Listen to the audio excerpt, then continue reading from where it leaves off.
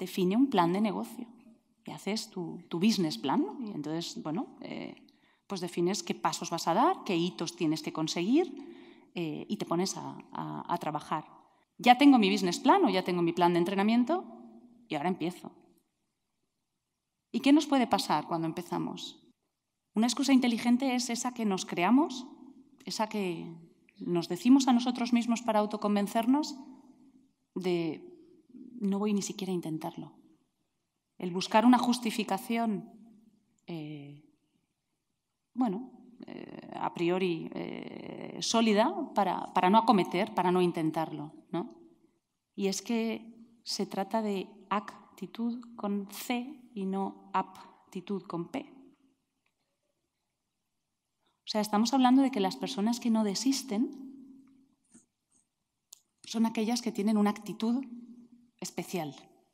Esa actitud positiva es la actitud que nosotros tratamos de inculcar a nuestros alumnos cuando les decimos, oye, no es cierto que no haya problemas.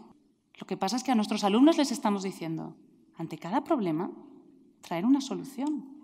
A nuestro equipo de personas que trabaja con nosotros, cada día le estamos diciendo, ante cada problema, tráeme una solución. Claro que hay problemas. Trabajar es resolver problemas. Las 3 T's es la teoría de trabajar, trabajar y trabajar.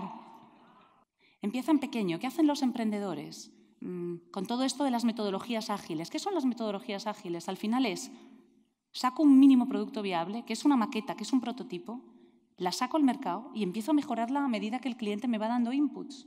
Esto es lo mismo. Empiezo con un taller que lo que busca es potenciar la creatividad de mis alumnos y si eso funciona, ese es digamos que el motor del cambio para poder empezar a pensar en nuevas metodologías docentes para el resto de las asignaturas.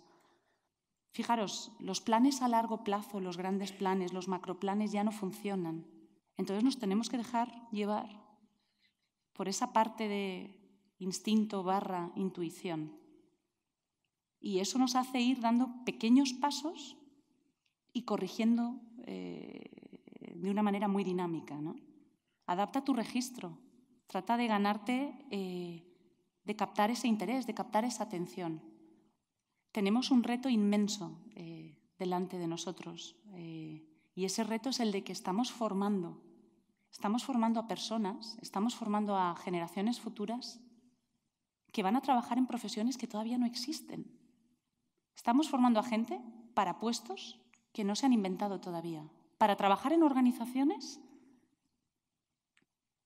que seguramente serán muy diferentes a las organizaciones en las que hemos trabajado nosotros.